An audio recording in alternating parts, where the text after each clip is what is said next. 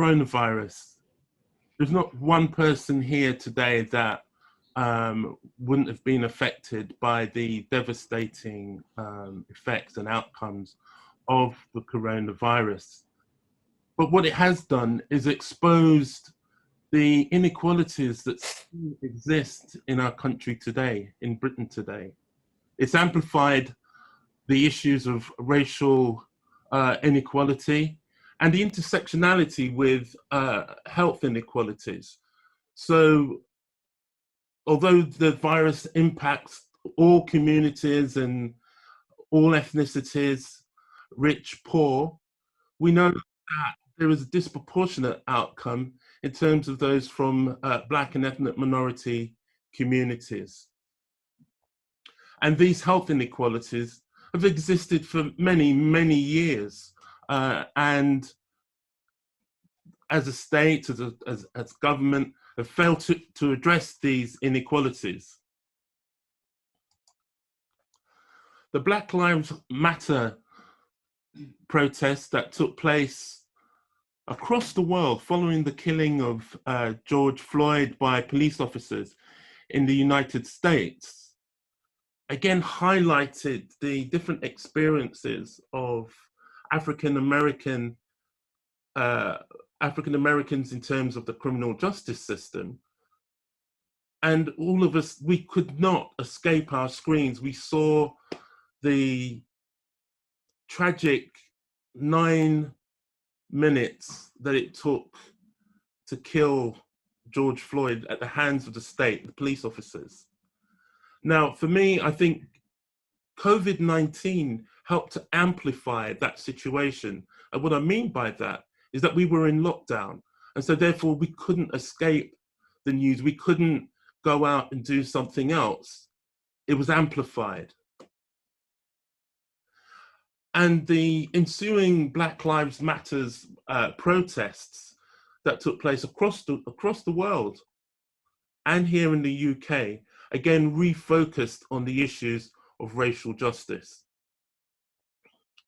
Now, the Methodist Church has been working on these issues for several decades, and many of you will know that history.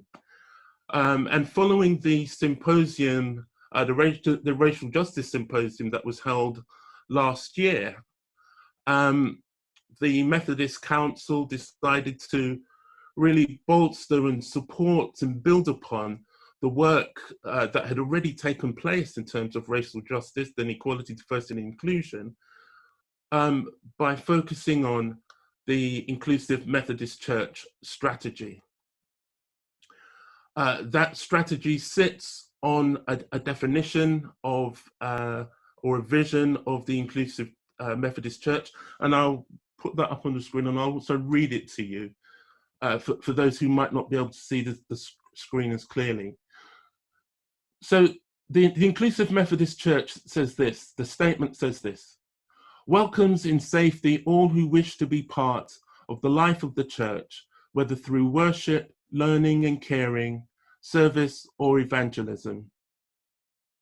Upholds the discipline of the Methodist Church in the face of discrimination, rejecting and resisting all behaviours which are discriminatory or belittling.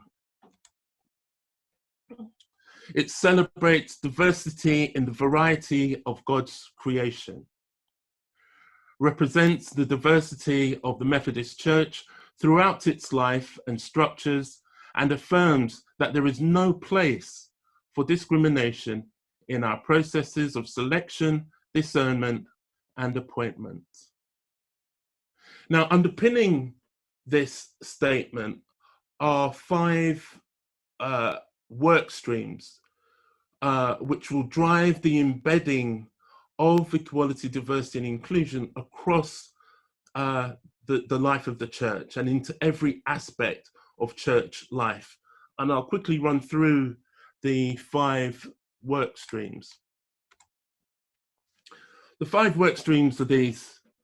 Work stream 1 is the attitudinal, cultural, and systemic change work stream. And this work stream really is focusing on the fact that we have to bring about sustained change, we have to win hearts and minds. But also alongside that, we recognize that we also have to look at our institution. We have to look at our policies and procedures and examine where perhaps there might be pinch points that inadvertently exclude others or in some way impedes the will of those who would wish to further participate in the life of the church. Workstream 2, building trust and confidence, and that's a recognition that despite our good efforts, that the church has let some people down. You know, recognizing that some who have suffered homophobia or racism, the church has not always been able to address or support individuals adequately. Workstream 3 is building minimum standards, and that's really agreeing across the connection. What are the minimum standards? What are the things that we need to do? What are the mandatory things that we need to do in terms of our church councils, our worship leaders? What do we have to do in terms of those who are employed by the connection?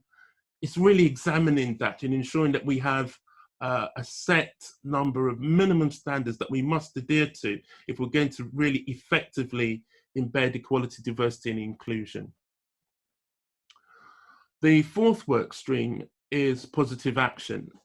And this is recognizing that across the church, we don't always reflect all the communities of people who are part of the Methodist Church. And using positive action, and the term positive action comes from the Equalities Act.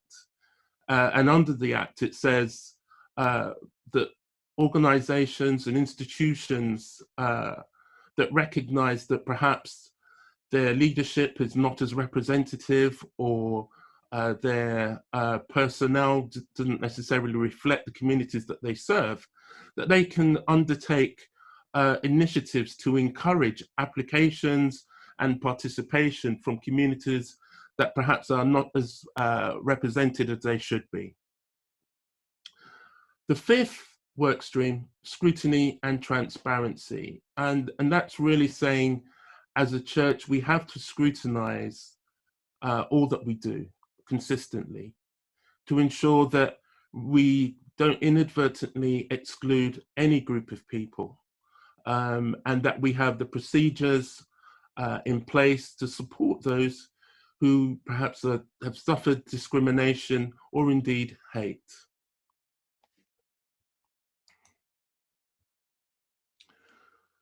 Our journey to the inclusive Methodist Church, I believe, is a watershed moment. It builds on the huge amount of work that has taken place over so many decades.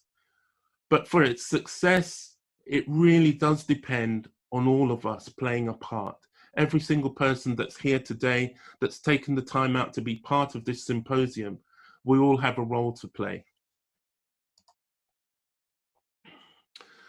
Desmond Tutu said this: if you are neutral in situations of injustice, you have chosen the side of the oppressor.